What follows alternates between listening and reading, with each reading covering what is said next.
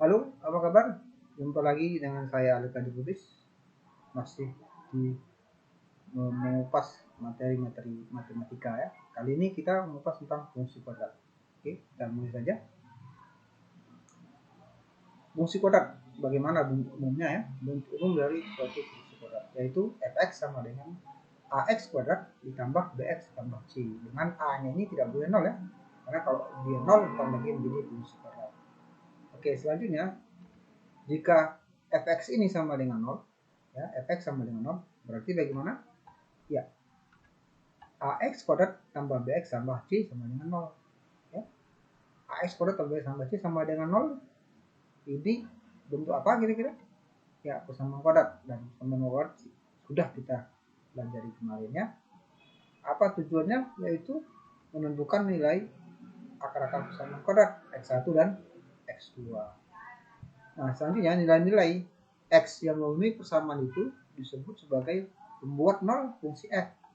Fungsi pembuat 0. Nah, selanjutnya nilai fungsi f untuk suatu konstanta p ya, untuk x sama dengan p, berarti dapat ditulis dengan fp sama dengan ap kuadrat ditambah bp tambah c. Jadi p-nya ini x sama dengan p kita substitusikan ke dalam fungsi persamaannya ya. Oke. Kita perhatikan contoh satu berikut.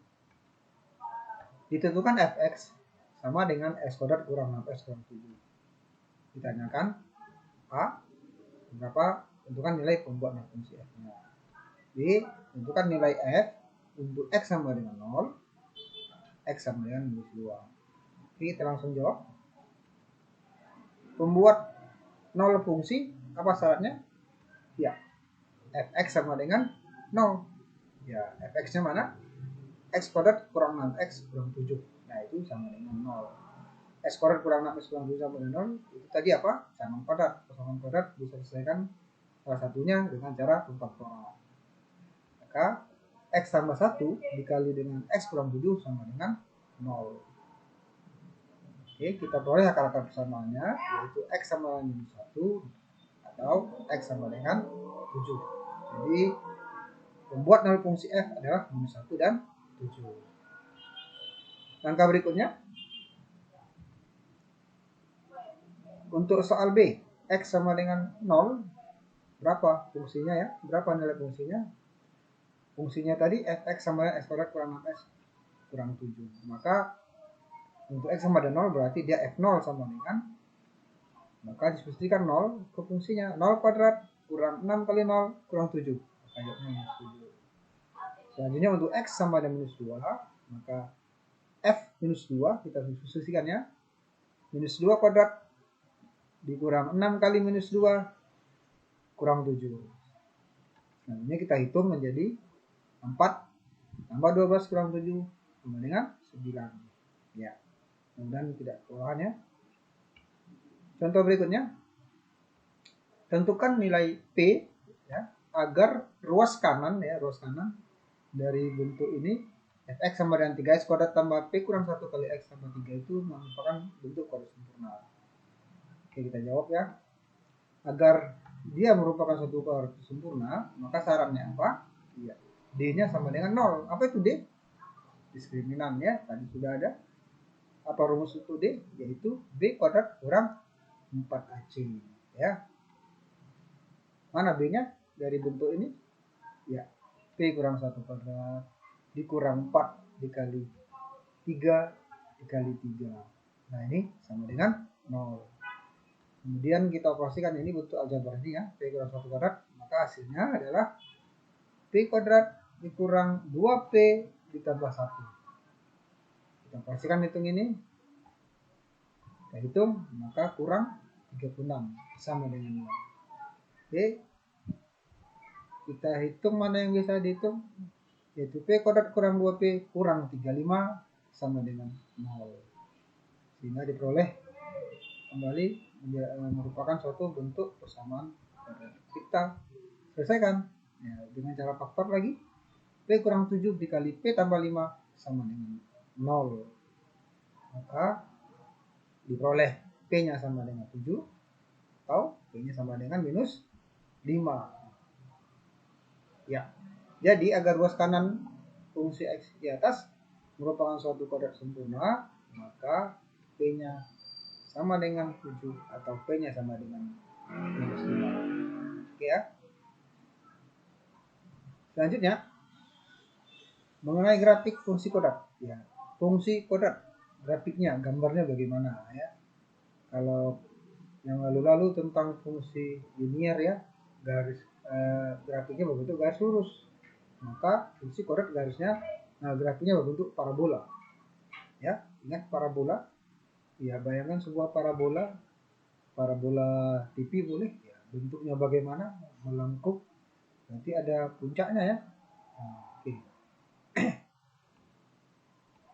Berbentuk parabola, grafik fungsi kodrat. Jadi kalau parabola itu kita perhatikan tadi cirinya, ya ada titik, ada nilai optimumnya, ada puncaknya, ada minimumnya, gitu ya. Nah, bagaimana langkah-langkah membuat grafik fungsi kodrat? Yang pertama, kita tentukan titik potong dengan sumbu X, ya, yaitu syaratnya y-nya 0. Yang kedua, kita tentukan titik potong dengan sumbu y, syaratnya X sama dengan 0. Ya. Berikutnya yang ketiga, kita tentukan titik puncaknya, titik ekstrimnya ya, yaitu X pasangan titik XP dan YP. Ya. Puncak X puncak dan Y puncak. Ada dua cara penentuan titik puncak. Ya. Yang pertama dengan menggunakan rumus XP-nya yaitu X1 tambah X2 per 2. Selanjutnya YP-nya itu dengan mensubstitusikan nilai XP ke fungsi. Ya, YP sama dengan F fungsi FXP. Yang cara kedua yaitu dengan menggunakan rumus XP sama dengan minus B per 2A dan YP sama dengan D per minus 4A. Oke ya. Dengan XP-nya itu tadi adalah persamaan sumbu simetri ya. Persamaan sumbu simetri. Kemudian YP-nya itu adalah nilai maksimumnya atau nilai minimum. Nilai optimumnya ya. Apa itu D? Diskriminan ya, itu B kodrat kurang 4AC. Selanjutnya langkah keempat, jika perlu ya dengan bantuan titik-titik lain, tentunya dengan menggunakan tabel. Ya, inilah dia langkah-langkahnya untuk membuat grafik fungsi kodrat. Ya, kita cari beberapa titik-titik yang akan dilalui oleh fungsi tersebut. Oke, perhatikan aja contoh berikut. Contoh, gambarlah grafik fungsi fx sama dengan x kodrat tambah 4x kurang 12. Kita jawab ya, kita lakukan langkah-langkah yang sudah diuraikan tadi, yaitu titik potong dengan sumbu x, syaratnya y sama dengan 0 ya, maka fx x kuadrat tambah 4x kurang 12 itu sama dengan 0. Menjadi persamaan kuadrat lagi ya, kita cari dengan cara faktor. Maka hasilnya x tambah 6 dikali x kurang 2 sama dengan 0. Maka diperoleh akar-akarnya yaitu x sama 6 sama dengan 0 didapat x sama dengan 6, atau x kurang 2 sama dengan 0 didapat x sama dengan 2. Sehingga titik potongnya kita sebut saja ya, titik potong dengan sumbu x kita sebut saja yang pertama A minus 6,0, yang kedua B 2,0. Oke, langkah berikutnya yaitu tentukan titik potong dengan sumbu y. Titik potong dengan sumbu y berarti x sama dengan 0. Kita cari nilai untuk f0 ya. Fx sama dengan x kuadrat tambah 4x kurang 12, maka f0 ya substitusikan 0 itu ya. 0 kuadrat tambah 4 kali 0 kurang 12. Kita hitung, maka jawabnya minus 12. Jadi titik potong dengan sumbu y adalah, sebut saja C 0, minus 12. Ya. Apa langkah selanjutnya? Yaitu kita tentukan pasangan titik puncaknya, titik balik. Jadi istilah lainnya titik ekstrim, titik puncak, titik balik. Ada dua cara tadi ya. Cara satu XP X1 tambah 2 per 2, maka kita masukkan nilainya, minus 6 tambah 2, kita hitung, maka dia menjadi minus 2.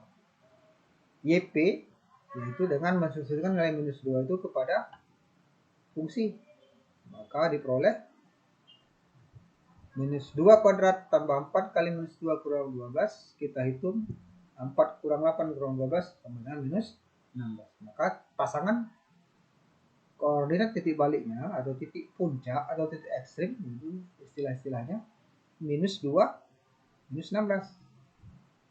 Atau cara kedua dengan menggunakan rumus yang berikutnya tadi, yang kedua, XP-nya itu kita hitung dengan menggunakan rumus minus B per 2A. Ya, sama dengan minus 4 per 2 kali 1. B-nya 4. Ya, ini B, koefisien B. B itu koefisien dari X. Ya, A itu koefisien dari X kuadrat. Ya, gitu ya. Maka kita hitung, maka jawabnya minus 2. YP-nya dengan menggunakan rumus D per minus 4A. Maka sama dengan D-nya tadi B kuadrat kurang 4AC ya. B kuadrat 4 kuadrat kurang 4 kali 1 kali minus 12. C-nya ini konstanta ya. C, variabel C. Koefisien C ya. Konstanta C. Kurang 4 kali 1. Maka kita hitung hasilnya 64 per minus 4, maka diperoleh minus 16. Jadi sama ya. Ya. Jadi titik baliknya, titik puncaknya, titik ekstrimnya kita sebut aja titik P ya, minus 2, minus 16. Oke, itu ada 3 langkah. Maka grafiknya kita abaikan dulu titik-titik lainnya. Yang pertama, kita buat garis horizontal untuk sumbu X, garis vertikal untuk sumbu Y ya. Kita tentukan titik-titik tadi yang di langkah pertama, yaitu titik 2,0, titik minus 6,0, selanjutnya titik potong dengan sumbu Y, titik 0, minus 12. Oke. Selanjutnya sumbu simetrinya tadi ya, X sama dengan minus 2, kita buat garisnya putus ini ya. Selanjutnya titik puncaknya tadi, titik ekstrimnya yaitu minus 2, minus 16.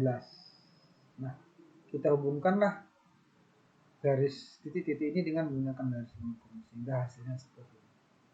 Demikianlah materi fungsi kuadrat sampai pada grafik fungsi kuadrat. Semoga bermanfaat.